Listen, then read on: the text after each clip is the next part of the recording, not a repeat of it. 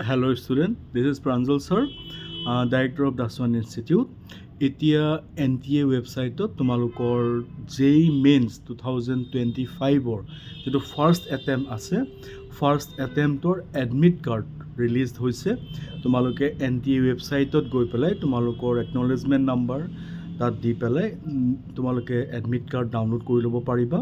আৰু 22 জানুৱাৰীৰ পৰা তোমালোকৰ এক্সামবোৰ ষ্টাৰ্ট হ'ব। আশা কৰোঁ সকলো ষ্টুডেণ্টে তোৰ এক্সাম ভাল হওক আৰু যি আশা সপোন লৈ তোমালোকে দুবছৰে ধৰি প্ৰিপেৰেশ্যন কৰি আছা সেই আশা যাতে তোমালোকৰ সফল হওক।